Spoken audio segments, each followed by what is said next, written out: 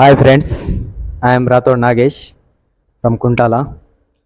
So ఈరోజు చెప్పబోయేటువంటి topic ఏంటంటే మనిషికి ఒక లక్ష్యం చాలా ఇంపార్టెంట్.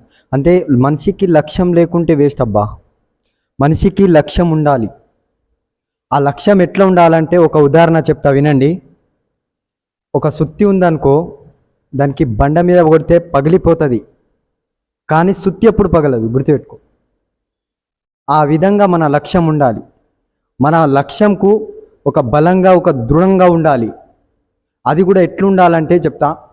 మన లక్ష్యం అనేది 10 మందికి అన్నం పెట్టేలా ఉండాలి. అదేవిధంగా మంచిగా ఉపయోగపడేలా ఉండాలి. ప్రజలకు మంచి సేవ చేసేటటువంటి ఉండాలి. ఆ విధమైనటువంటి లక్ష్యం ఉండాలి మనిషికి. ఆ విధంగా మనిషి ఉంటేనే ఈ సమాజంలో మంచిగా మేలు జరుగుతుంది. అదేవిధంగా ఇంకోటి చెప్పేది ఏంటంటే, కొందరు లక్ష్యం పెట్టుకుంటారబ్బా. ఆ లక్ష్యం ఎట్లా ఉంటుందంటే, ఏమవుతావురా అంటే నేను కలెక్టర్ అవుతాబ్బా, ఐపీఎస్ అవుతాబ్బా. అది అట్లా చెప్పడం కాదబ్బా. తల రాతలో కాదు, చేతి రాతలో చూపించాలా. అప్పుడే మనిషి ముందుకెళ్తాడు, గుర్తుపెట్టుకోండి.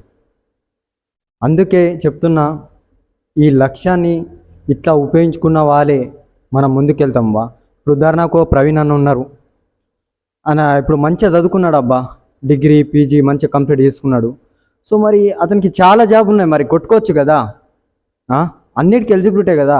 ఎందుకు మరి ఒక సివిల్ సర్వీస్ అందుకు అతని లక్ష్యం ఏంది, ఒక ఐఏఎస్ కలెక్టర్ కావాలి, 10 మందికి సేవ చేయాలి, 10 మందికి ఉపయోగపడాలి నా చదువు అన్నటువంటి తను డైలీ ఇక్కడ లైబ్రరీలో వచ్చి కష్టపడి చదువుకుంటున్నాడు.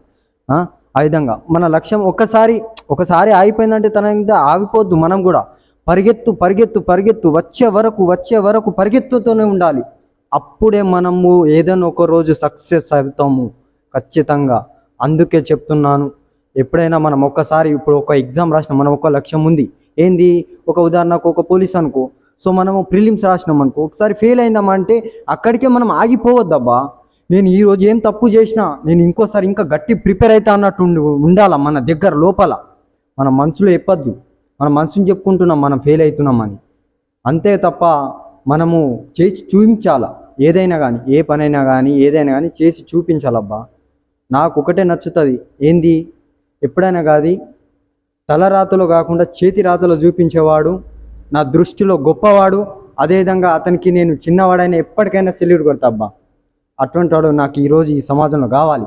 అసంతోడు లేకనే మేము ఈ చదువుని మంచిగా చదివి మరి మనమైన ఒక గొప్పగా కావాలి అన్నది. సో ఆ విధంగా మన లక్ష్యం ఉండాలి. మరి 10 మందికి మంచి సేవగా చేసేటువంటి ఒకటే ఒక ఉద్యోగం, మనం సివిల్ సర్వీస్ ద్వారానే పెద్ద ఉద్యోగం కొట్టొచ్చబ్బా. వేరే దాంతో చేయలేం.